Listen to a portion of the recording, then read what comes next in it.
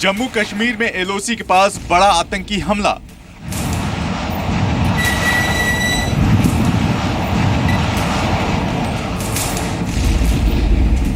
उरी के army infantry battalion पर फिदायीन हमला।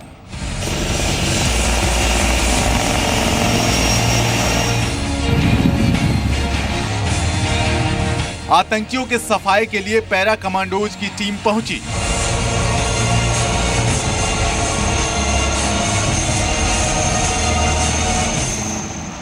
सेना और आतंकियों के बीच एनकाउंटर जारी।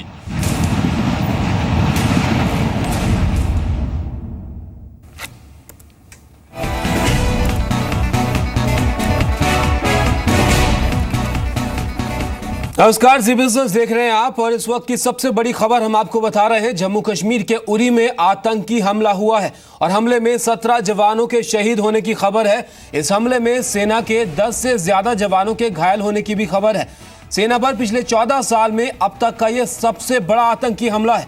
हमले में शामिल सभी 4 आतंकियों को मार गिराया गया है और पीएम के निर्देश पर रक्षा मंत्री मनोहर पर्रिकर और सेनाध्यक्ष दलबीर सिंह श्रीनगर के लिए रवाना हो गए।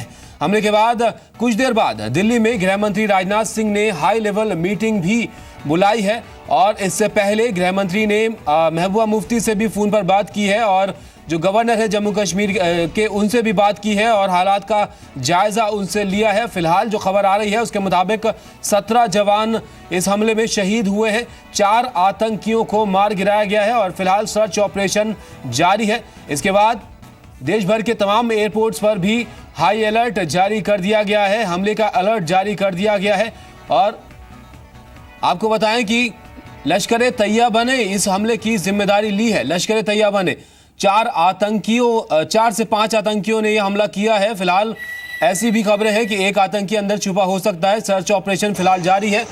4 आतंकियों को सेना ने मार गिराया है और 17 जवानों के शहीद होने की खबर आ रही है।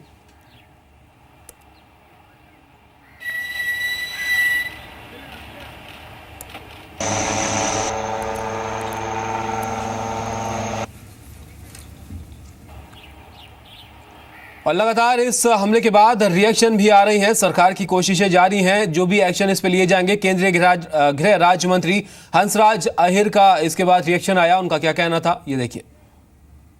पैरामिलिट्री फोर्सेस, गृह मंत्रालय और स्थानीय नेताओं ने मिलकर ऐसा कुछ अप्रिय घटना होने नहीं दी ईद के दिन और इसी से चिढ़कर उन्होंने यहाँ पर मिलिट्री कैंप पर हमला किया है।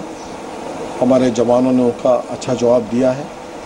हमारे कुछ जवान शहीद ज़रूर हुए हैं, लेकिन तुरंत कार्रवाई के बाद में कुछ आतंकियों को वहाँ के जवानों ने मार गिराया है और कार्रवाई हो चुकी है, हो रही है और भी। लेकिन इसमें हमारा स्पष्ट ये कहना है कि ये सारे हमारे एलओसी के बाहर से आए हुए लोग थे।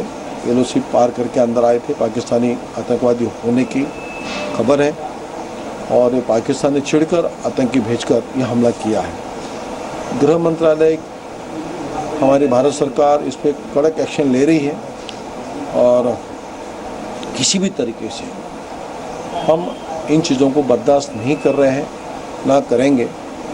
जवाब पाकिस्तान को दिया जा रहा है और देते रहेंगे।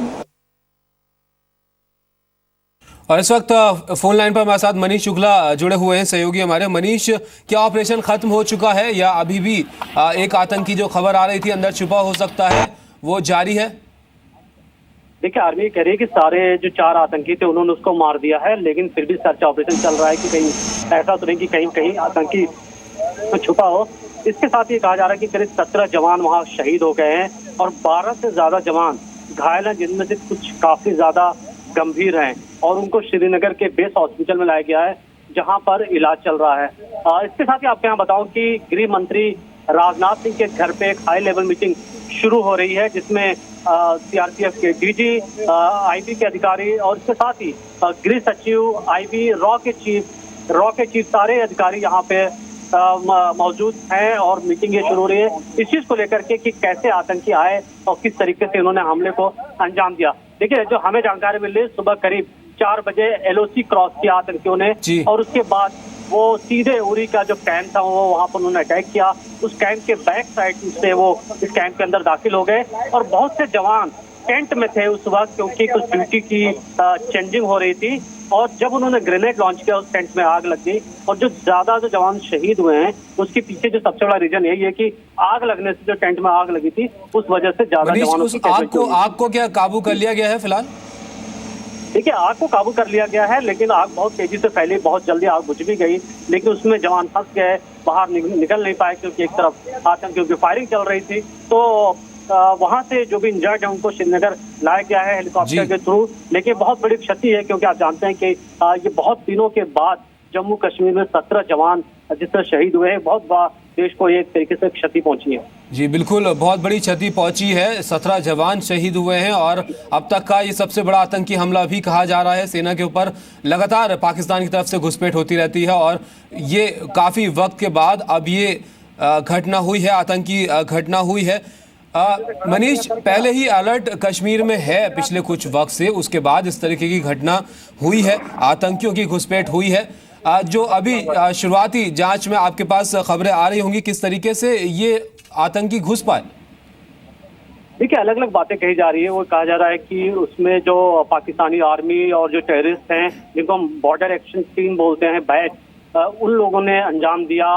ये बाकायदा प्लानिंग थी, क्योंकि 6 किलोमीटर दूर, सिर्फ ये एलओसी से 6 किलोमीटर दूर उरी का ये कैंप है और पाकिस्तान के आर्मी को और उनके आतंकी संगठनों को ये मालूम था कि इस जगह पर अटैक कराया जाए तो ज्यादा नुकसान पहुंच सकता है। देखिए, इसका बहुत एक मायने है, क्योंकि जवान कैंप से बाहर निकल करके गार्ड करता है, वो इंस्पेक्शन करता है, बॉर्डर की निगरानी करता है, और इस टाइम में ऐसे अटैक करके ये कोशिश की गई है कि जवान कैंप से बाहर ना निकले, ज्यादा डिफेंसिव मोड में जवान रहें। तो इस लिहाज से ये सोची समझी एक तरीके से पूरी प्लानिंग है। बिल्कुल सोची समझी प्लानिंग। मनीष, ये आर्मी की यूनिफॉर्म में भी थे टेररिस्ट? देखिए, अभी ये नहीं जानकारी मिल पाई है, क्योंकि उनकी भी तस्वीरें बाहर नहीं लाई गई हैं। अभी जांच चल रही है। उनके पास से तमाम वार लाइक हथियार मिले हैं, कई उनके पास फोन मिले हैं, उसके नंबर को देखा जा रहा है। और इंटेलिजेंस एजेंसीज के जो टॉप अधिकारी हैं वो पहले शुरुआती एक असेसमेंट कर रहे हैं, उसके बाद ही एजेंसी कुछ भी बाहर आकर के बात करेगी। जी बिल्कुल मनीष, आप हमारे साथ बने रहिए। फिलहाल डिफेंस एक्सपर्ट्स का इसके बाद क्या कहना है ये सुन लेते हैं जरा।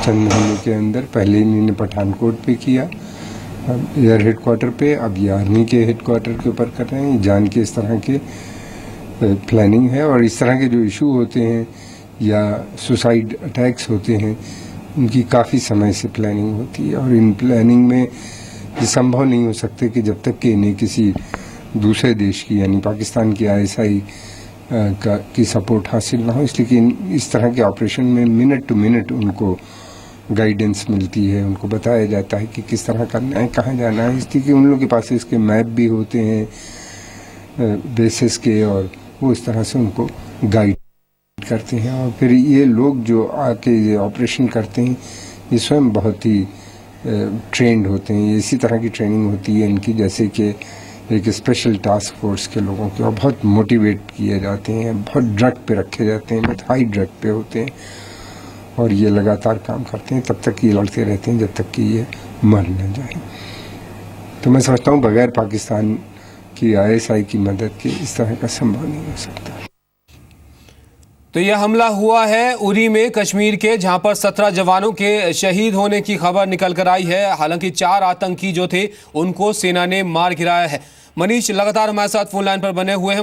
मनीष, रक्षा मंत्री और सेना अध्यक्ष रवाना हो चुके हैं यहां से और इससे पहले लगता है मनीष से हमारा संपर्क टूट गया है। तो खबर हम लगातार आपको बता रहे हैं, इस वक्त की जो सबसे बड़ी खबर निकल कर आ रही है, कश्मीर के उरी में आतंकी हमला हुआ है और जो फिलहाल का अपडेट है वो ये कि लश्कर-ए-तैयबा ने इस हमले की जिम्मेदारी ली है।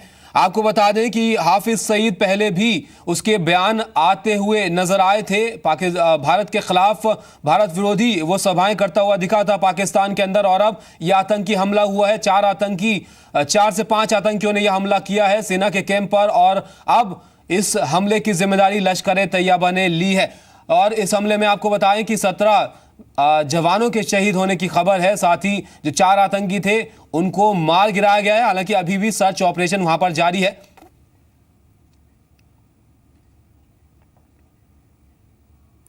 इस वक्त आपको कश्मीर के डिप्टी सीएम निर्मल सिंह का बयान सुनाते हैं, उनका क्या कहना है इस सब के बाद। तो ये एक प्रॉक्सी वार है इसमें, और एक देश जो है पाकिस्तान जो इसी में लगा हुआ है कि किस तरीके से जम्मू कश्मीर में अफरा तफरी मचाई जाए, यहाँ पर इस प्रकार की बात कर रहा है। तो डेफिनेटली कहीं ना कहीं इस प्रकार के जो लूप होल्स रहते हैं, और ये भी ठीक है कि हम जो है जब इस प्रकार की इवेंचुअलिटी आती है तो उनके ऊपर जो है सिर्फ उनको रोका नहीं जाता, उनको मारा भी जाता है, और काफ़ी से मिलिटेंट्स में मारे गए हैं। उड़ी सेक्टर के अंदर सेना की 12 ब्रिगेड हेडक्वार्टर के अंदर आज सुबह लगभग 4 बजे से 5 बजे के बीच में आतंकवादियों ने दीवार फांद कर पीछे से वहां हमला किया है। एक फिदायीन हमला हुआ है, जिसमें जो प्राप्त जानकारी के अनुसार सेना के कुछ जवान हमारे शहीद हो गए हैं, और 16 के करीब हमारे जवान जो हैं वो घायल हैं, जिनको श्रीनगर के सेना के अस्पताल में भर्ती कराया गया है। ये लश्कर तोयबा के आतंकवादियों ने पाकिस्तान के कब्जे वाले क्षेत्र मुजफ्फराबाद की तरफ से उनकी घुसपैठ हुई थी, और लगभग 5 बजे के करीब सुबह ये हमला हुआ है। हमारे सेना के जवानों ने 4 आतंकवादियों को वहीं मौके पर मार मुकाया।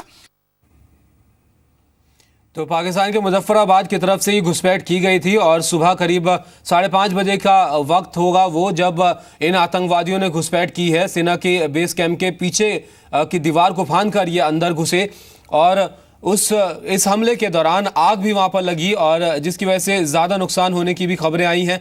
और हालांकि अभी उस आग पर तो काबू पा लिया गया है, लेकिन 17 जवानों के शहीद होने की खबर इस हमले से आ रही है। और जो 4 आतंकी जिन्होंने घुसपैठ की थी, ये नापाक हरकत की, उनको मार गिराया गया है सेना की तरफ से।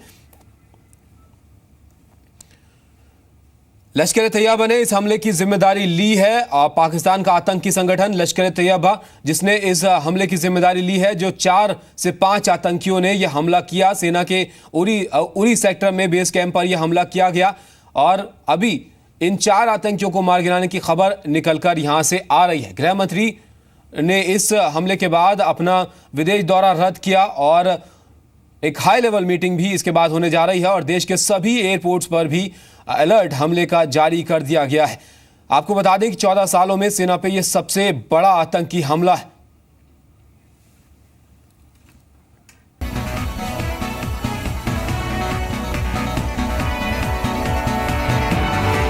और लगातार इस पर रिएक्शंस आ रही हैं। फिलहाल MM खजूरिया डिफेंस एक्सपर्ट्स, उनका इस हमले के बाद क्या कहना है, अब आपको ये सिखाते हैं। ये अटैक जो है इसको हमें 2 कॉन्टेक्स्ट में देखना चाहिए।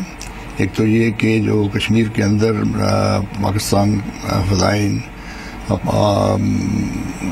अहले हदीस वहाबी और हाफिज सईद की सरबराही में जो टेररिस्ट फ्रंट बना है, उनकी कोलिशन चला रही है, वो थोड़ा कमज़ोर होने लगा था। तो अब ये शायद एक एफर्ट तो ये है कि उसको तकवीत दी जा सके।